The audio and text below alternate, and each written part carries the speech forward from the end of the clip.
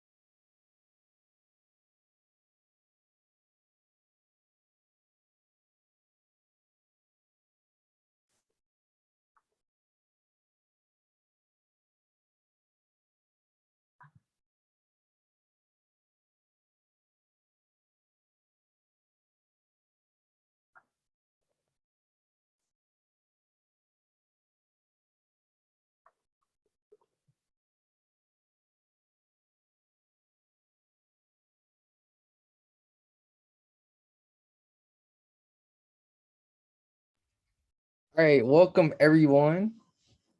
Once again, this is the graduate student panel, and this event is being recorded. It was already mentioned earlier, but here we are. Please keep your cameras on, mics off for the portions while everyone else is presenting. There will be a Q&A session going on later on within this workshop where you will be able to ask your questions. And for now, we'll start. So next slide, please. Cool. So I wanted to present myself. So I'm Alejandro, he, him pronouns. I'm a lead peer advisor for the psych department, a 5th year psych and sociology major with the education minor. I'm Sandy Jane. I use he, him pronouns. I'm a 4th year intensive psychology major.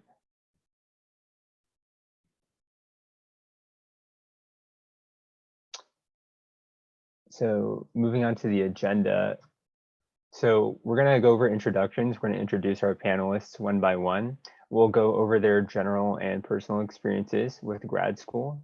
And then at the end of this sort of workshop, we'll have an open Q&A where you guys can direct questions to whichever grad school panelist you want to have answer your question. Now, just as a disclaimer, this workshop will mainly focus on UCSC graduate students.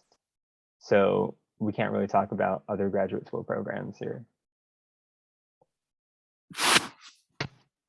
And now I'd like to pass it on to our graduate panelists.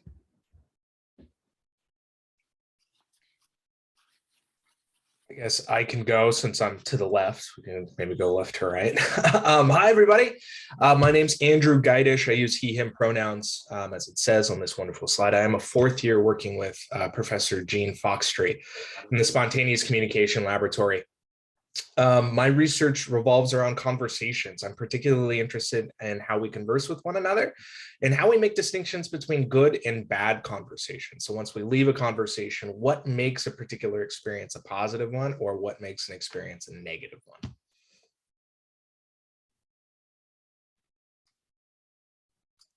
Hi, everybody. My name is Yvette Valle, and I'm a 6th year student working with Dr. Rebecca Covarrubias. My pronouns are she, her. And we are in the, we've recently changed our lab name. So we are the Collaborative for Research and Equity in Action. And the research that I focus on is on the first generation college student experience and different factors that affect or influence that experience, both going to college and through college. Hi, everyone. My name is Karina Nazario. I am a second-year student in the developmental area. I work with Dr. Adriana Manago in the CAT lab, as they like to call it, or the Culture and Tech lab. My research studies how adolescents use social media as a tool for their civic identity development, and also how their literacy skills online may impact their activism offline.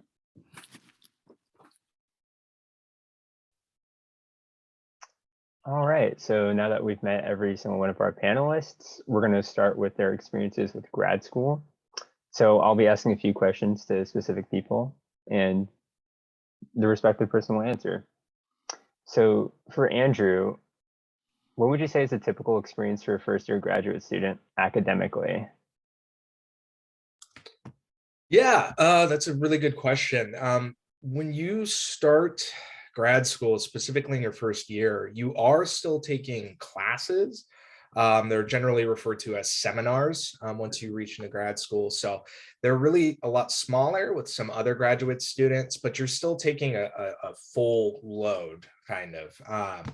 They're 15 units, right? You're expected to still be, signing up for 15 units. But one of those classes is something called a colloquium. And what that colloquium is you attend talks, which is super cool. It's a really awesome way to keep up with current literature in your area, right? So it's really the colloquium and then 2 classes in that first year. One of those classes is also a statistics course, at least in our program here. I would expect that that's pretty standard. Okay, could you give like a quantitative value for how many classes are typical per like a semester?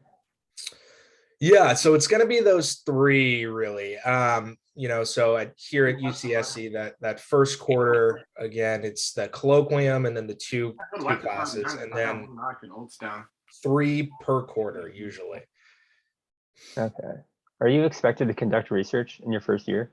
Yes, yeah, that's a big step, right? So going from undergrad to graduate school, you're suddenly a researcher, right? Which can be a little bit scary, but you are expected, definitely in our program here at UCSC, you are expected to start research pretty quickly once you arrive into the program.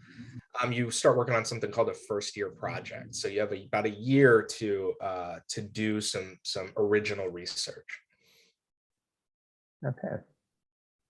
Yeah, that pretty much concludes my questions for you, Andrew. So I'll be moving on to Yvette now, or probably Karina, because we'll do this like the left to right thing. So for Karina, do you work primarily on faculty research, or are they encouraged and supported in developing your own lines of research? Yeah, great question. So for me, I would say my experience is I really work on my own research. My experience was when I came into my lab, I'm kind of the black sheep in the sense of not many people in the lab really study what I do. We mainly originally were just studying sexuality and kind of like different ideologies like of masculinity and things like that. So I came in with a completely different idea, studying more political and civic identity. But my advisor was really interested in it. And because specifically I focus on the social media component, I kind of had no choice but to kind of work on my own research. But it was nice because it was kind of a learning process for both of us. And I was lucky enough that she did have a lot of collaborators that do know this research that I'm doing. So I had the ability to kind of connect with other individuals and focus on my research because she didn't really have any research that I focus on. So that was a really good experience. But also it can be sometimes a little nerve-wracking because I know that a lot of other students, for example, in the first year, just from what I know in my lab, your professor will have like their own research data usually sometimes for your first year, but the research that you do, you can kind of do whatever you want for it. So for example, one of the things that Andrew alluded to is like your first year paper. In the developmental area, we have a 3-course system. So like we actually have like a quarter each class for your first year, where it helps you kind of navigate your first year paper. And because it's so soon, like your first quarter, you're already kind of talking about it. A lot of times some of the faculty will be like, hey, I know like you have this done, I can help you with this, but they're really good about letting you do your own thing. At least that's been my experience. Okay. Mhm. This is a little bit of a personal question, but like, do you know how much time is left for your specific research? Say that one more time. Do you know how much time is left in your specific research? When you say left, as in like how much collecting time? Yeah, how much collective time? Oh yeah, sure. So it really varies. I can't really speak for anyone, but for my situation, because I had to kind of start it with like, all right, I'm going in kind of empty-handed.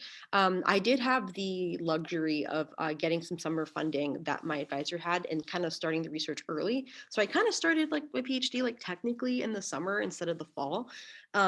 So that was really good because I needed that literature. I think we recognized that because we didn't really know much to kind of dive into it. So I got a lot of that at the beginning. And then after that, because again, like I mentioned previously, my advisor didn't really know the area. I also had another very unique difference of like, I have a lot of collaborators. So I do work with professors in other universities, which I would say I don't think is necessarily a normal first year experience. But I did have that luxury of doing that. So with getting the literature in the summer and then collecting data, usually you try to collect data usually in the fall quarter and winter quarter, you definitely kind of, at least our experience, we want it to be done because it's a lot of writing after. The end of the first year project, the writing that you do is basically, it's not meant to be published, but it's meant to be something that maybe can be turned into something that can be like one of your first publications, because that's another thing to emphasize is trying to get your publication started early. So like, while it varies, like the average is around like 2 quarters, 1 to 2 quarters. For data collection, it really can depend by area. Because again, I can't speak for other areas, but like the way that social maybe collects area with like more ethnography versus cognitive, who sometimes they can do an experiment right then and there. It really depends. It really depends on your research study. Yeah, so it really depends on kind of what area and what kind of research you want to go into. Okay, well, thank you. So I'll move on to Bet now. So what would you say, like, what roles do mentors play during your time as a graduate student? Like, do you stick with your faculty mentor, or do graduate students also work with other faculty that they TA for? That's a really great question. And I think, at least from my experience, mentors they're an incredible source. They're valuable. They are really valuable. I would not be here if it were not for my mentors. And so I'm speaking about mentors both before and during grad school. So if you have great mentors now, stay in touch with them because I'm still, even now as I'm looking for jobs, or I was looking for jobs, I was connecting with my mentors from undergrad. But in terms of while you're in grad school, the role that mentors play is they write letters of recommendation for fellowship applications if you need more funding. They also help you with letters of recommendation for jobs after graduate school. They collaborate with you in research and they can send you different opportunities, for example, like summer internships or different ways to get more funding or more experiences. And in terms of if you work with faculty that you TA for, I haven't TA'd too much. But in my experience with TA-ships, you do develop a connection with the professors you TA for, but it can really vary because everyone has a different style. And so even your own faculty advisor can have a very unique style, and it may or may not match your style for mentorship. So it's important to ask those questions when you're applying to graduate school to make sure you have a solid fit. But even if you don't, there's other ways to get mentorship. When I've TA'd, I've had connections with faculty, but they haven't exactly turned into mentorship unless I work with them outside of that. I think where I've had the most mentorship relationships develop is when I work as a graduate student researcher, which is an alternative to being a teaching assistant, where you work on a faculty member's project that they needed extra assistance for, and you can apply for that, or you get hired on in different ways. And so that's been my primary source of income as a grad student, is working as a grad student researcher. And I built mentorship relationships through that. Okay, that pretty much concludes all the questions about your experiences with grad school. I'll pass it over to Alejandro now. Thank you all for your responses. Now we'll be moving on to a more personal or general experience of graduate school. So within the topic of your decision to pursue graduate school, I'll be asking all three questions at once. Anyone can jump in at any moment, basically, or after. But what made you decide to go to graduate school, and why did you choose the program that you're in? As well as, were there any alternative routes that you were also considering when applying or before applying? I guess I could start. What made me decide to go to grad school? That's a good question. That's a decision I made many years ago. I think it was my time at UCSC. So I was a UCSC undergraduate, and I had a particular TA who was kind of a mentor to me. And so I spent some time. I spent some time with them, talking to them about what to do after undergrad, stuff like that. And grad school came up, and she had invited me to work in their lab here at UCSC. And that whole experience, going from trying to wonder what's next, what's after undergrad, to working in various laboratories on campus as a research assistant, really kind of propelled me and put me on that track to go to grad school, to decide this is something that I really want to do. I love learning. I really hope to be a professor someday. So just kind of career aspirations and my own experiences kind of set me on this track to grad school. Why did I choose this program? Well, originally I did not. The first round out of undergrad, I was under some wild illusion that undergrads couldn't stay here to go to UCSC as a PhD student, or join the PhD program. So I actually didn't apply to UCSC right out of undergrad, because I don't know where I heard that. That is a lie. That is false, right? You could absolutely apply to UCSC. But I applied to some other programs, and I ended up getting into a master's program at San Jose State, which was super great. And we can talk about that later on. But again, when my time at San Jose State ended, I applied to one program, and it was this program. And it's because I loved UCSC. I loved the people. I loved the culture, the environment. I loved the campus. So I didn't really want to go anywhere else. And I had made some really good connections being a research assistant during my undergrad. So I was able to connect with some faculty members, including Professor Foxtree. So it made it a really clear and easy decision to return here to UCSC.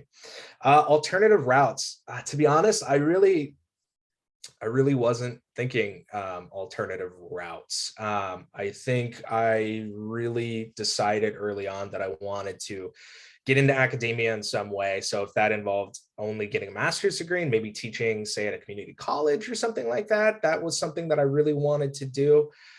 So that is really the extent of the alternative routes. But again, maybe later on we could talk about some other routes, maybe after grad school or something like that. So yeah, there's my answers.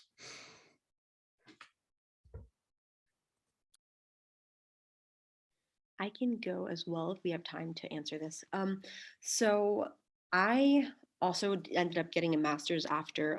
My path was very, very chaotic. I went to college. I went to graduated high school, went to college, actually ended up failing out of college, and then did community route, got my associates, then went to a 4-year, and then ended up going to a master's for um, college activities, like kind of like clubs and things that you see on campus, because I was really involved in my undergrad. And I was like, I have so many questions that can't be answered in this field, so I ended up going to the psychology department at the area, and they were like, yeah, sure, like let's just walk in. So I was like, cool. So I actually didn't have to technically apply to another psych program. I just had to make sure I met the requirements, because I was technically already accepted to the school. And then as I was doing my master's and kind of having to do research, I recognized that I always had questions that weren't being answered. Like I would read something and be like, why isn't anyone, why are there no answers for this? And I was like, fine, forget it. I'm just going to figure it out myself. So I realized that because I kept having questions, I was like, well, I think a PhD would be really great because I mean, I get to figure out these questions and then it sets me up with a degree that hopefully can continue to help me answer these questions, because a lot of times research will just create more questions. So that was kind of my reason for going to grad school, is because I realized that I really loved that. I chose this program as kind of you mentioned earlier, my advisor. One, there wasn't really many people looking at social media from a psychological perspective. A lot of people look at it more from a communications perspective. And I didn't want to leave psychology because I feel more passionate about that than communications, especially because the way I viewed it was like a very developmental aspect of like cultural change and how like things change over time. So when I was doing a lot of my research to see like, okay, one, what advisors are doing this research? Two, can I live in the place that I would possibly apply for? There's some places that I am not doing their winter, so I didn't even apply, just being completely honest, but I know everyone has different reasons for applying to different places. And I just really, really loved my advisor's research. And I felt that when I met with her previously, that it was a relationship that I could feel comfortable with and have to be able to deal with for like 5+ years, which is really important. And was I considering any alternative routes? As I can tell, kind of. My master's was kind of very different. Like when I originally went to undergrad and failed out, it was like in the science field. So I didn't necessarily know what I wanted to do until I was getting my associates and happened to take a psych class. And I didn't know kind of what the alternatives were when I kind of graduated. I didn't know like what I wanted to do in the field, but I knew I didn't want to do clinical. I knew I didn't want to like be a therapist and stuff like that. So once I realized kind of like research existed, that was kind of it for me. Even when I was in my master's, I would apply a lot for like research positions just with my master's. But for me, I knew at some point this is where I would be happy. Because I like even when I do my research, it fulfills me. And I've done plenty of jobs, like real life jobs that don't. Like, yeah, like I worked as a probation officer for 2 years, like a real state job, but it was draining and I wanted something that fulfilled me. So I wouldn't do anything different. Yeah. Thank you. I'm sorry I have to cut this question here, but thank you so much, Andrew and Karina, for your answers. It was very educational. I hope the participants also found it helpful. We'll move on to the next set of questions. Same format. Anyone can respond. I bet, though, if you feel inclined, I'll let you have your chance to speak first if you'd like. This one's about research interests. So how did you develop your research interests, and were there any specific experiences or opportunities that reassured your interest, or had you begin thinking that I want to research this? Yeah, I can start us off, and it's no problem whatsoever. I think that what y'all are sharing is super valuable, so totally fine. And actually, the way I developed my research interest really ties into how I decided to go to grad school. So for me, I was the first person in my family to graduate from high school from my parents and my older siblings. And so college to me was just like the way for us to get some kind of financial stability. And as I went to college, I realized that I felt all this guilt for leaving my family, and I just didn't feel like I was adjusting well. And so I kind of dived into being a mentor for other students so that they wouldn't experience the same kind of struggles that I experienced. And that mentorship was just the best part of college for me. And then I later took a social psychology class, and that's when I realized that social psychology was a thing. And I read a paper from my advisor that was about family achievement guilt, which was exactly what I had experienced. And that was it just completely tied everything together.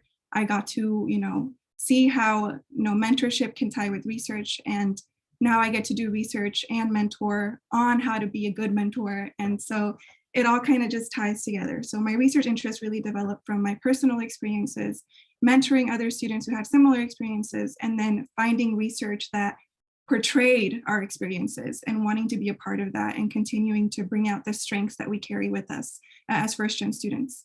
And yeah, experiences that reassured my interest was just meeting my advisor and like just finding out that there are people that do this kind of work that calls for social justice. This social psychology program here is focused on social justice. And I think that really reassured that I can use research as a tool to be somebody who promotes equity in higher education. And that's it. Thank you so much. Anyone else can feel free to jump in if y'all like.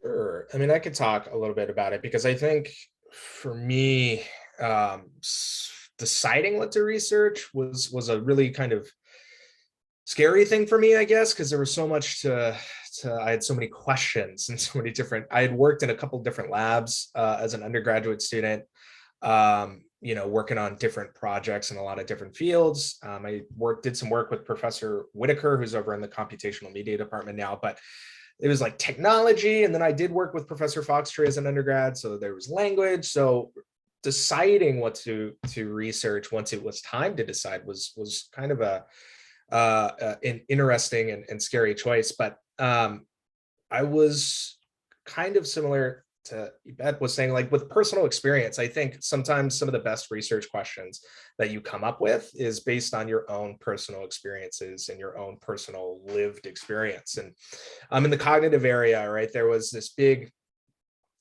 paper that came out several years ago that, taking notes with a laptop is bad for you and it's bad for learning. So that was one of the first questions I asked specifically over at San Jose State, where I was like, well, I think it's dependent on people, right? What type of people, like personality you have, et cetera, et cetera.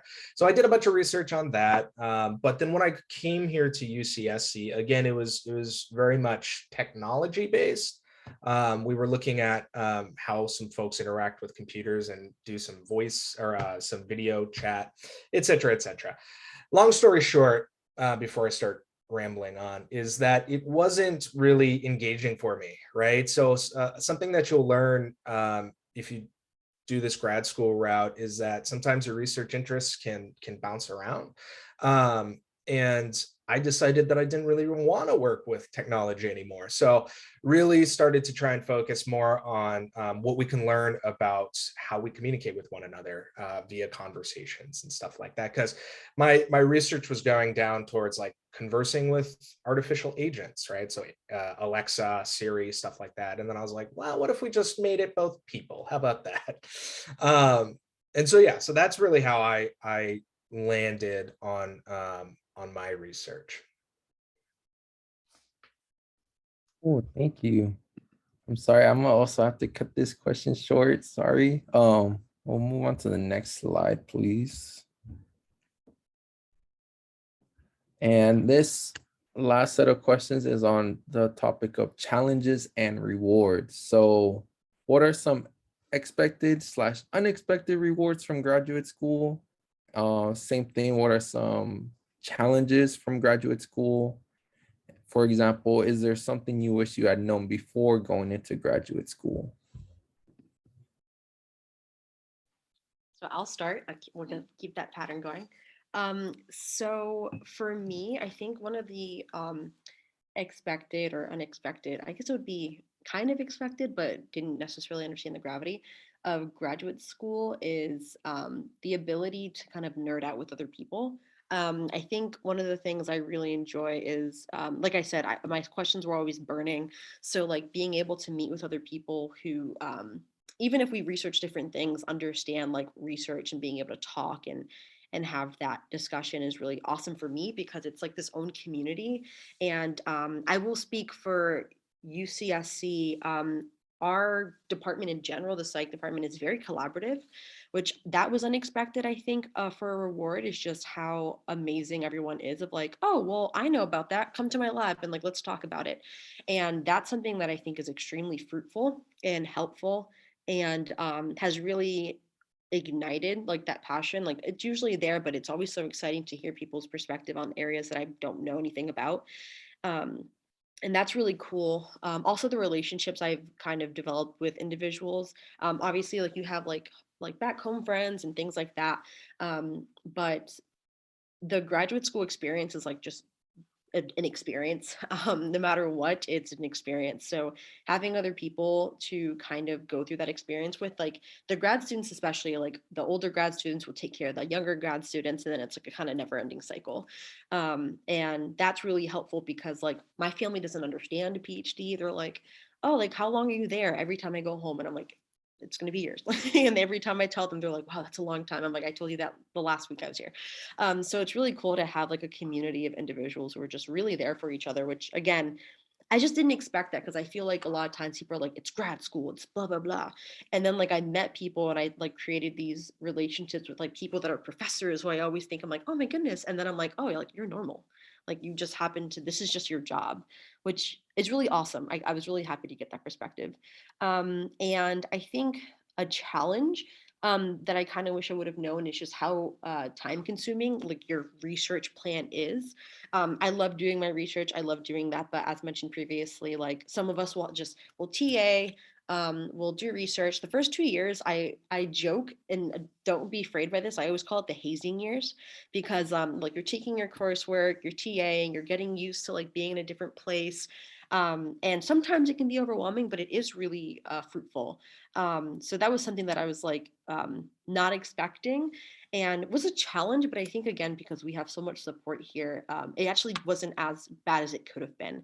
And I think I just wish again I would have known like this is time to really focus on your research. And as other people had said, like I really love, like I would love to be a professor just to teach. Like the research is awesome, but I also love the teaching perspective. So trying to be like, you have to do your research to get to the teaching perspective. So like, don't drown yourself out in all these other things has been a challenge. But again, I think it's a good tool to learn. Thank you so much. And anyone? Oh, Oh yeah, sorry. I was gonna say I could just follow up real quickly just to add a little bit. I think I'm going to start with the challenges though, because I always like to start with the challenge and then end with the positive. One of the biggest challenges that I think I face, which is now different because they've changed the rules because of advocacy, was the financial struggles. Any savings that I came in right after undergrad from the University of Washington, and any savings I had just went completely to my deposit. And then I was food insecure for about a year after that, pretty severely. But one of the challenges I realized was that grad students don't get the same resources or the same type of resources as undergrad students. And I relied heavily on that as an undergrad. And so that was a challenge that I had to navigate. But going to the positive, the psychology department was incredibly supportive. They advocated for me, and there's a really strong support network, and I feel very supported. And so great mentorship, friendship, personal growth. And I learned how to set boundaries, because you have to set boundaries as a grad student in terms of what you can and cannot take on, because there's always something you can do. And so I'd say that's my spiel on that. Thank you. Thank you. I'll let Andrew take it away if you have anything. Sure. Yeah. Some expected rewards, I think. I think the expected reward for me kind of was publishing my first paper, right? Was just a surreal experience, right? Because your entire undergrad, you're spending all this time reading these papers, especially in our program, right? You read all these like papers from these random people at faraway universities, and then all of a sudden you publish a paper, and then like your name's on the little thing at the top, and it's like, oh my gosh, I wrote this thing, it came out of my mind. And I expected that in a way of like, it was going to be really cool and it was going to be a great experience, and like this sense of achievement. It was unexpected because it was like this great sense of achievement, because like it's been something that I've really wanted to do for a long time. So that first paper was really cool. But just to kind of echo what some other folks have said, the unexpected rewards I really think was the relationships that I've developed along the way, from not only graduate students across the department, but also faculty members across the department, some faculty from other universities that that I've encountered at conferences and stuff like that. I think that was really kind of unexpected, right? Because it's grad school, every person for themselves, you got to do your own work and get through it. But it's really a great kind of, at least here at UCSC, it's a really great kind of supportive environment. Really quickly, some expected challenges. The coursework, like stats isn't easy for everyone. I wasn't the biggest math person. You know, in high school and undergrad, I remember taking calculus at UCSC. This is the only class I ever got a C in. So, you know, coming here and, you know, both at San Jose State and UCSC, you know, that's an expected challenge, right? You're going to be you're a graduate student now, so you're expected to take on graduate level coursework, but it's not, you know, it's totally doable, right? It's absolutely doable. You just got to, you know, spend some time. And then really quick to wrap it up, the unexpected challenge really is handling burnout. Really, burnout is something that's really common, and everybody should be prepared for. You know, coming in with clear work-life balance, I think, is so important. Wow, thank you so much, everyone. I really appreciated the comments and your responses to these questions, especially covering topics that I had no idea would necessarily come into play that much within graduate school, especially mentorship, talking about how research can be incorporated. And yeah, there was some there was some challenges that I had no idea necessarily exist there, especially with statistics. Sorry, because I knew that's a thing, and I'm kind of like worried myself about that. But yeah, I guess we'll all go through it. But thank you. We'll be moving on. All right. Well, another thank you to our wonderful panelists. But I know we just battered you with a few questions, but just a bit more left till the open Q&A. So a big question that's come up is, what should I be doing to get into graduate school?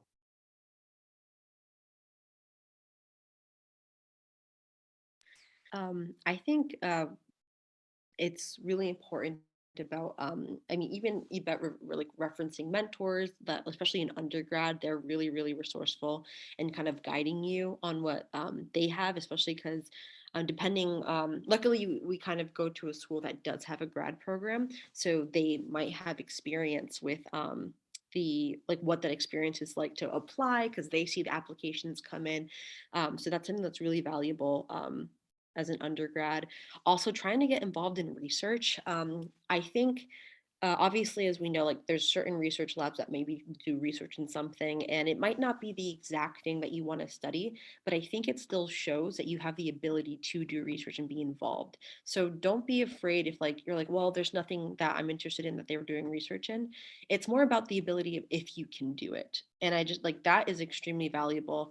Obviously, you want some interest in what you're doing, but it's about kind of like, this is what I can do. This is my experience, because from my understanding, I mean, you have classes that might talk about stats or research, but getting that hands-on experience in a lab is, I think, very valuable. So that's definitely something that I would recommend, is definitely trying to get research experience, and just really kind of understand kind of like what you want to do. I agree with what Andrew said, even like your research is going to change, but just kind of getting a sense of like what you would like to do, and if that changes, that's okay.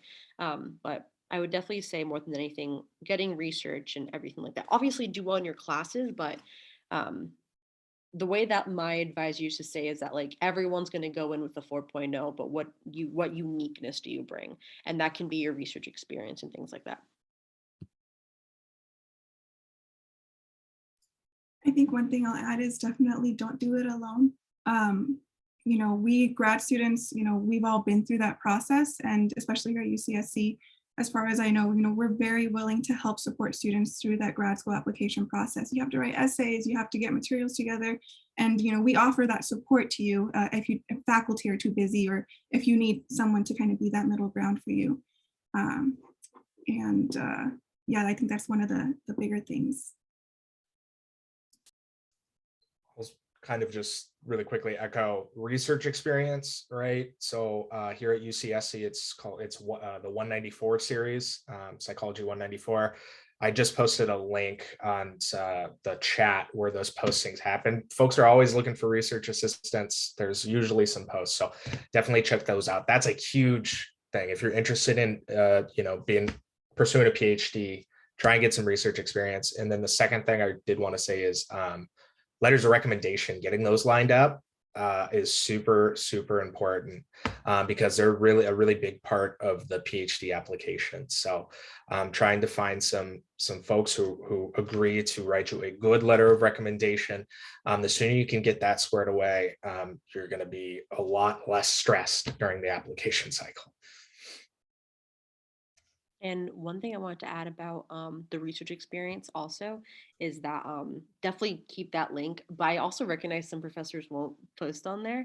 So also, if you're in a professor's class that you think is really interesting, I would recommend talking to them because they might not have an opening like that quarter. But if someone graduates, they might be willing to just remember who you are, and you can always reach out. So yeah, and that relates to kind of the what Andrew's saying is like if you are going to ask for letters of reference, make sure you're really connected with that professor because they're going to be advocating for you to go to these schools. So you don't want it to just act like one person that you took one class with that you're not really communicating with.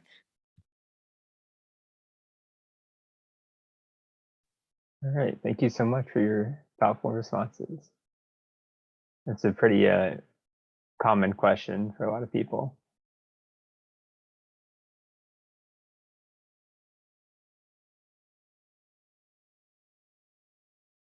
I'm not sure if you want us to wait to the end to answer the questions in chat.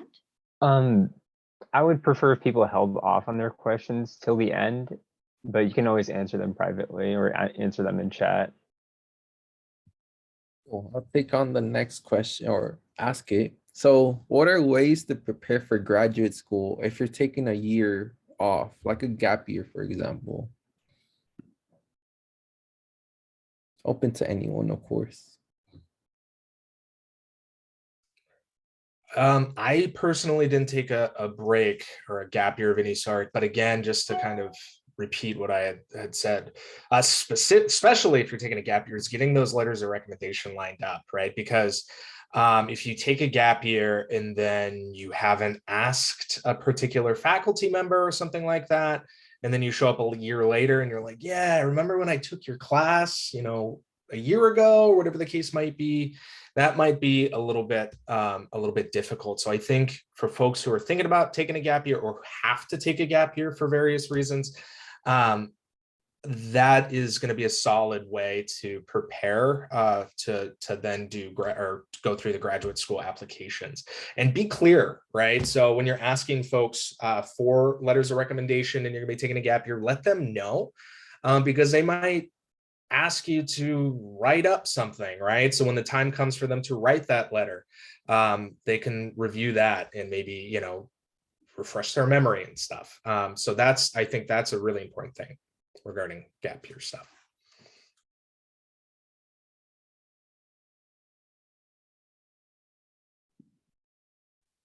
Thank you. Thank you. Okay, I know we touched on this a bit earlier. I believe it was Karina that mentioned it, but how important would you say grades are for grad school?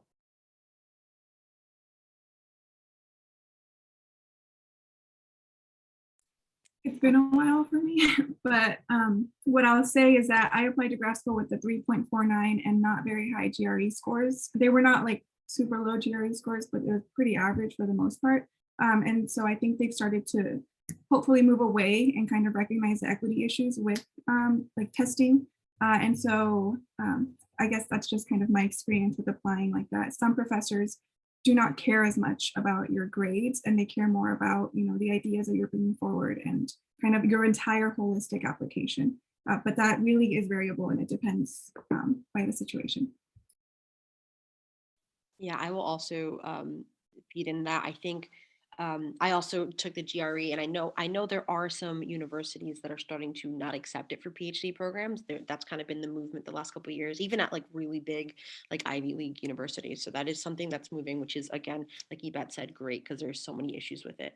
But I know for when I did when I applied again because I did fail my first year.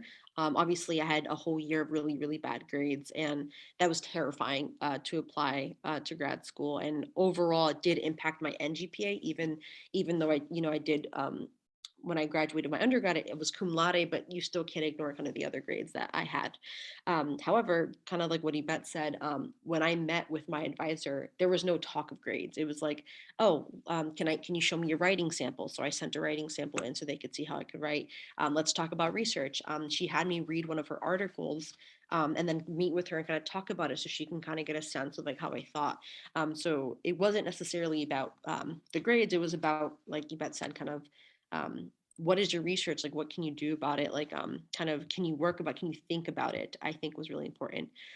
So I would say that, yeah, and kind of like Yvette said, some professors like at different universities might mind, but from the experiences I've had meeting with other universities and from what I've talked to with friends, um, not really. Like it's I think that's my experience. I can't speak for everyone, but honestly, from what I've heard, letters of recommendations are huge. Those are really big weight, as well as like your own like letter that you portray when you submit and kind of why you're doing the PhD and things like that. And then, like I said, your research interests. Thank you so much. I'm assuming if no one else has anything else to contribute, we can move on. I'll just say something real fast. Oh yeah, go for it. About the last one. I think it depends on the professor a lot of the time, right? So I mentioned before that, I got a C in calculus during undergrad. That was scary because I was like, oh no, grad school, what the heck? But again, it's really dependent on the faculty member, and specifically, in classes that are going to mean something for your graduate work, right? So as a psychologist, I don't use calculus. So a C in calculus, it's like, who cares, right? But in some other maybe more core underlying classes, that might have a bigger impact, right? So for us, maybe Psych 100, if you have a little trouble in Psych 100, that might show up on your transcript.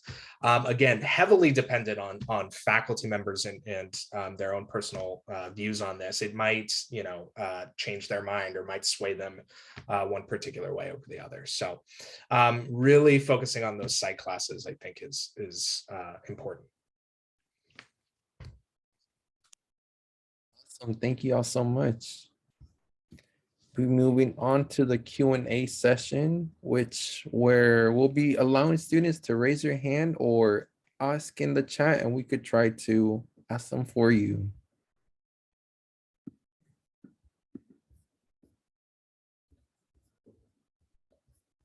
Now, everyone, don't raise your hands all up at once, please.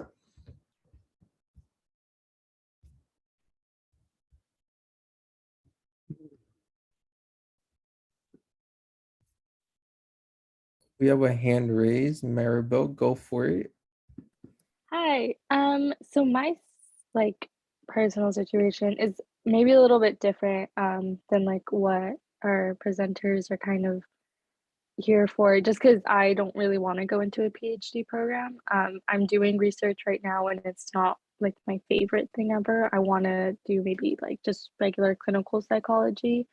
Kind of what would be similar steps? Like I don't know how to like explain, like, is the process similar to kind of what you've been explaining, or how do I figure out like how to do that? Like, are there programs like master's programs, graduate programs where I don't necessarily have to focus on research? Because, when you guys mentioned that you start doing research like your first quarter, like that was a little scary just because I don't want to do that necessarily. So like, is that a realistic mindset?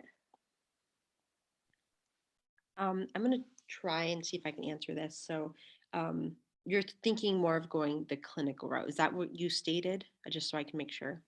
Yeah, just like school psychology, child psychology, just kind of working one-on-one with Mhm. people, not really research.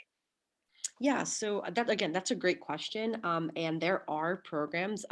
So for example, there's a new movement like PsyDs instead of PhDs for clinical. PsyDs more application based of like actually doing things versus like even clinical psychology PhD sometimes can be pretty research heavy at the beginning. So that's one thing, is look into the program that you would be interested in, because no program is the same. Different requirements, including classwork or what they expect, will be different.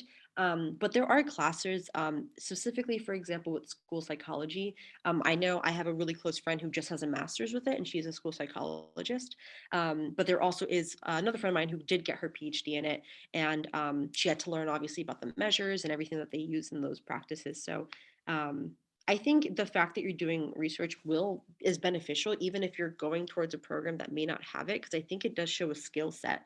A lot of times, like people say, college is just about like, oh, okay, were you able to do it? Like, were you able to kind of think critically and be able to get through it? So there are programs out there that I know of that you do not have to do research, but just make sure you look into that to make sure that's the case, if that's not what you're interested in.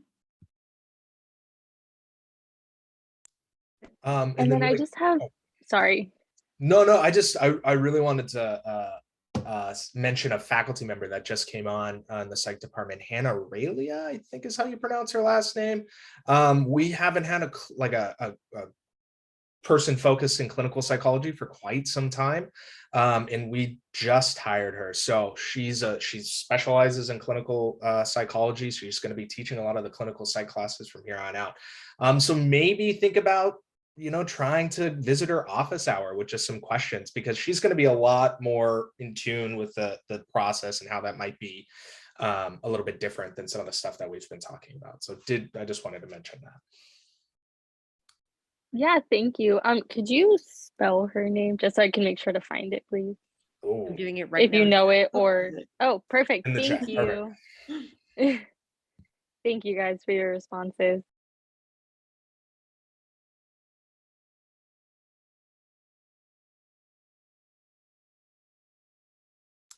I did notice some questions in the chat and I was trying to answer them, but they're coming in fast.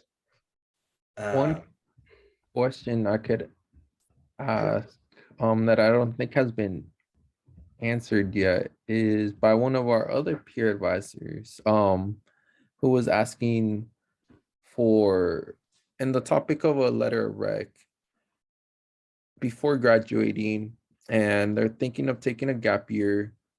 Would graduate schools basically date the letter? Is there a specific way to ask for this? As in, like, should you ask for a letter of rec right now?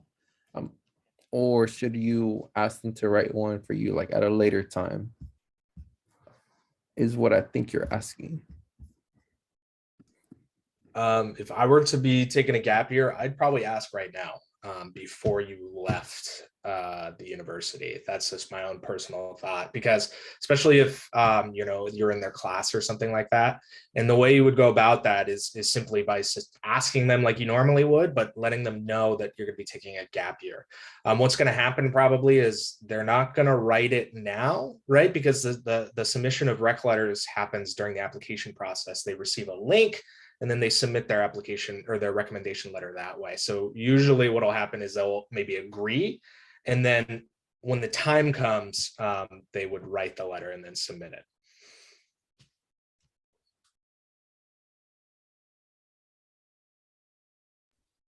Thank you. Hope that answered your question, Christy. Another question that we received is, how beneficial is getting a minor for a graduate program? For example, a stats minor. I would say, so that's a good example. I think it really depends on how you use it.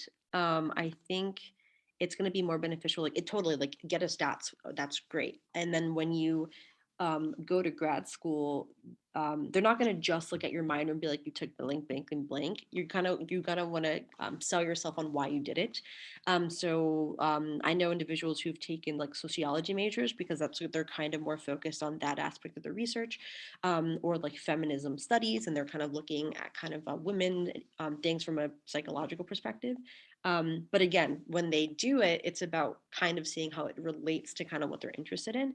And with stats, it's really good because you can show that like you have really good stats abilities, which is helpful, especially when analyzing data. But I think it really depends on how you decide to explain maybe why you did a minor.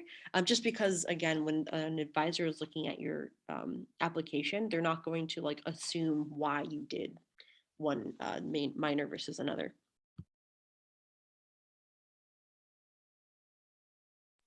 Awesome. Thank you so much. I'll even keep that in mind for myself, honestly. Another question that we have in the chat is, how do you work towards finding an advisor if you're looking at graduate schools other than UCSC? Should we just email random professors about their research, or how should we go about this? I put kind of a really basic answer in the chat. Something called first contact emails are really important. I mean, at least I think that was really important in my application process, and very, very quickly. You want to make sure that you're interested in the program, right? So as we've talked about before, someplace, can you live there for 5 or more years? And then really diving into the faculty members, what they're doing, what research they're doing, read the papers, right? Read their particular work. And then that first email it boils down to introducing yourself, okay, asking if they're taking grad students in the next application cycle, because they may not, their lab might be full. And then the third thing is really asking them a question dedicated to their research, because one, that shows that you can engage in research and you can think about it, but again, it also shows that you're interested in maybe working with them, right? So just by doing that, it feels weird because it's some stranger that you've never encountered before, but faculty members are used to it. And generally you'd get a response. Maybe you'd start a dialogue with them, or maybe you'd get a response that says, yes, I'm taking grad students. But even just getting your name out there, I think is really important, because then it sets you apart in that giant stack of applications they have to sift through. All of a sudden they're like, oh, Andrew, I've heard from them. That's wonderful. So yeah, those first contact emails I think are really important. Thank you. We have a participant who raised their hand. Jackson, feel free to ask your question. Hi.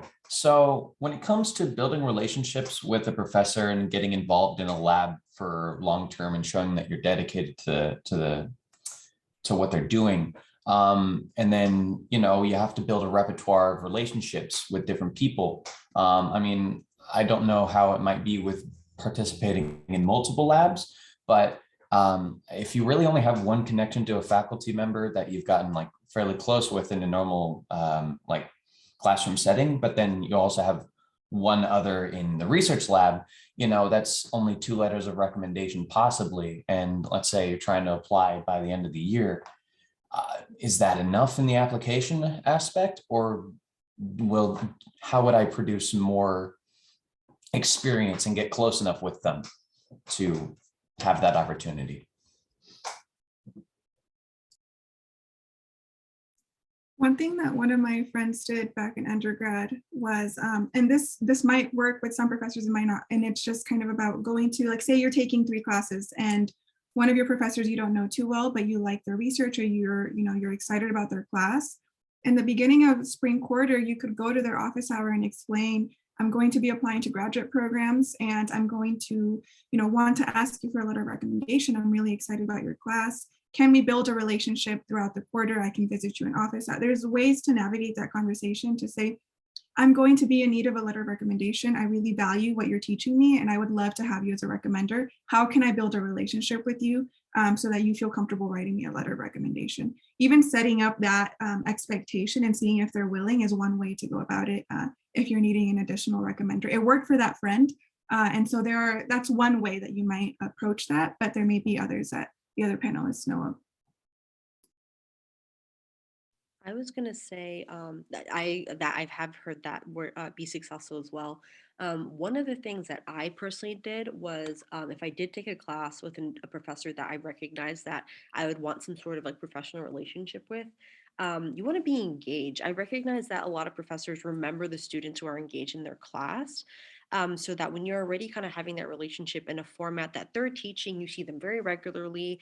When you meet them outside of class, you kind of already have that repertoire of like, you know, they remember. Like I honestly think like it really makes a really positive impact because especially like a lot of professors like teaching, so it makes it so much easier when students are engaging with them.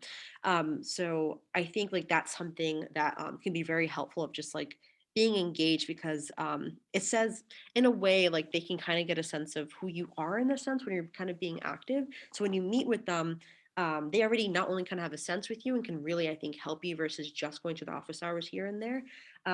But even if you do that, I think it's really important to kind of, yeah, like you want to make sure that you're genuinely interested in the dynamic. They can tell when you're not.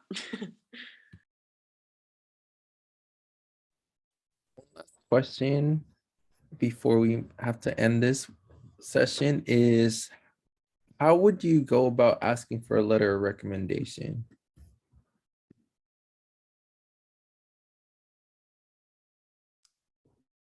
You just do it. I mean, as hard as it as scary as that kind of sounds, it's something that you just kind of have to do. Specifically, a little bit more specific than that. Really approaching folks. I did mine going from undergrad to grad. I did mine in person, right? That could vary for a number of different reasons. I know that can be a little bit scary and stuff like that, but you essentially ask like, hey, or you remind them, hey, you know what, I've been working in your lab, right? We've been, I've been coming to office hours maybe, or whatever the case might be. And I was wondering if you would be willing to write me a good letter of recommendation. I think that's really, really important to kind of say those particular words. Because sometimes folks might not be comfortable with writing you a good letter of recommendation for whatever the case might be. So you just kind of gotta go for it. And I know it could be super scary and stuff like that because it's weird to ask somebody to commit their time for free, essentially, to writing you that letter. But there's not a secret trick to it. There's not a something that we could say that will make it particularly easy. It's just you kind of gotta go for it, really. Yeah, one thing I'll add is it is nerve-wracking always, even still as a grad student, even knowing the faculty. But one thing I'll add is that the faculty, they're used to this. Like they are expecting students to ask them for letters of recommendation. Grad students are expecting students to come from their classes and ask about grad school and how to get letters of recommendation. So it's something that, you know, they've been through this process. So just know that, and hopefully that eases it a little bit. Something that helps is if you mention, and if you send an email, if you mention, I have my resume and a sample of a personal statement I wrote for undergrad. That's one thing that I did when I was asking as an undergrad student. And so that way they can already have some background information that they may not have gotten from you in class. And it shows them that you're being proactive and giving them more information to write about. So that's one thing that might be helpful. Yeah, and to add to that as well, I was going to say something similar. One of the things that I did was when I asked for letters of recommendation, I asked to meet in person. I was like, I would like to meet with you in person, and kind of did that face to face. And one of the things that I did previously before I met with them was I sent them a layout of what programs I was planning to apply to, what my interests were, the grade I got in their class, just like kind of like selling myself of like, even before we meet, these are the universities. And like Yvette said, also even like doing the resume that I also did that. And it's helpful because you're like showing, like, again, like, this is the universities I want to go to. This is what I'm interested in. This is why I'm asking you. That was something I did. I kind of like explained the relationship I had with the person before I did that. And that I think really helped. Obviously, it was still really nerve-wracking, but I felt that I kind of like created a case before I even met with them to explain. Because sometimes, let's say this, I've heard this happen multiple times, that like you really like a professor, but maybe it's been like a year or two since you've taken their class. Kind of like mentioning like, oh, this is when I took your class, like this is the grade I got. Actually, sometimes can help because they'll be like, oh, you know what? I haven't maybe talked to you in a year, but you had a really good impression in class. That's kind of similar to the taking a gap year that someone talked about, is even if you have kind of a connection later on, that'd be really cool.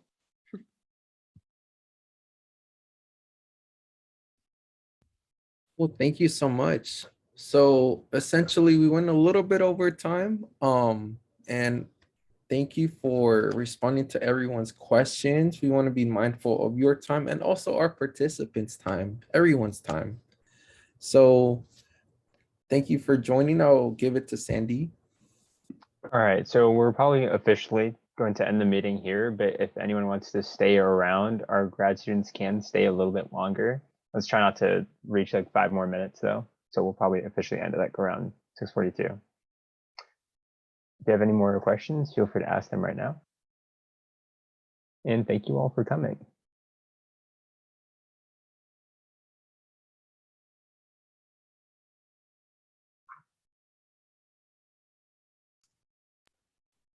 Jackson, is your hand still raised or did you not lower it from last time? Oh, I forgot about that. I guess I have one other question I can ask.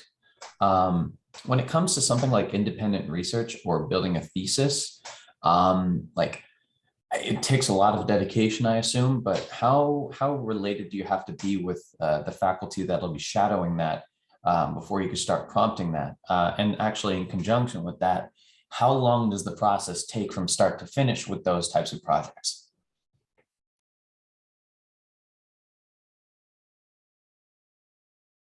Are you referring to like kind of how we like they have like the ability to like a senior thesis here?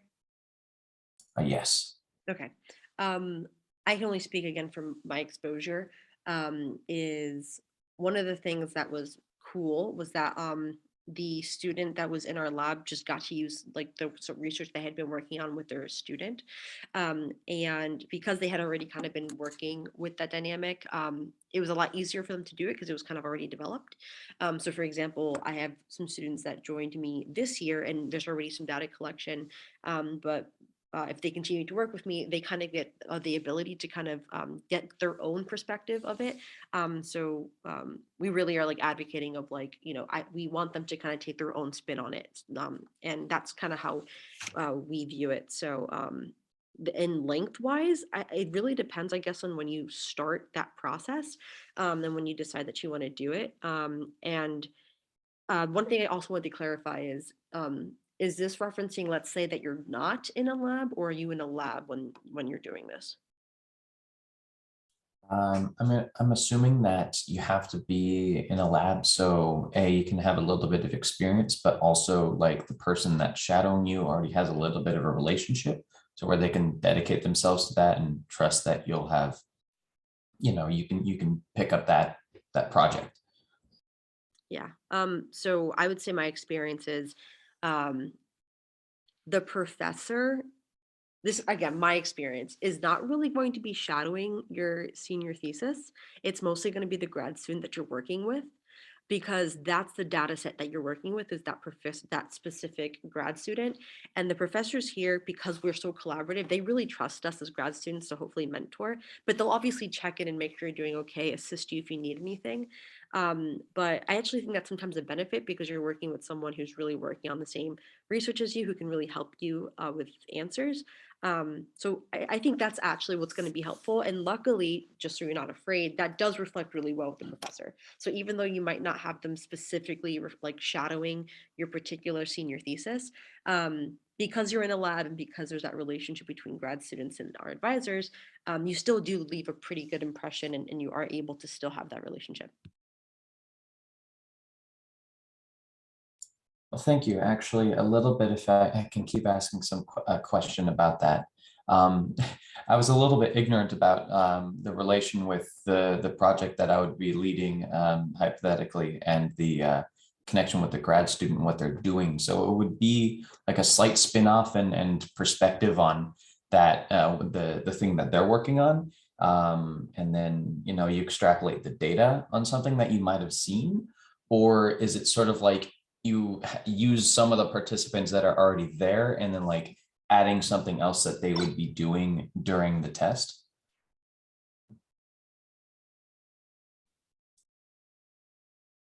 It'll very much vary by the lab that you collaborate with or that you work with. So different research labs, even within the same areas, will do things very differently. So it really depends on what kind of research you're interested in and who you're interested in working with, and that'll kind of guide the process that you go through for your senior thesis. Something I'll really quickly add to that is like exactly like Yvette said, it's like it varies by area. Like for us COG folks, you know, you can spend a week putting up together like a survey or some sort of task, and you can run like 100 participants in a quarter or something like that. With developmental, social, right? You're looking at a lot more time investment to gather to get participant data. So again, that's going to vary quite a bit from your project and what the senior thesis is. It's going to vary quite a bit from area to area. Okay, so we have reached 6:42, and I just want to remain respectful of your guys' times because you took the time out of your day to show up and answer all these wonderful questions. So a big thank you to you guys, but I think we'll call it here for the meeting or the workshop. Thank you, everyone.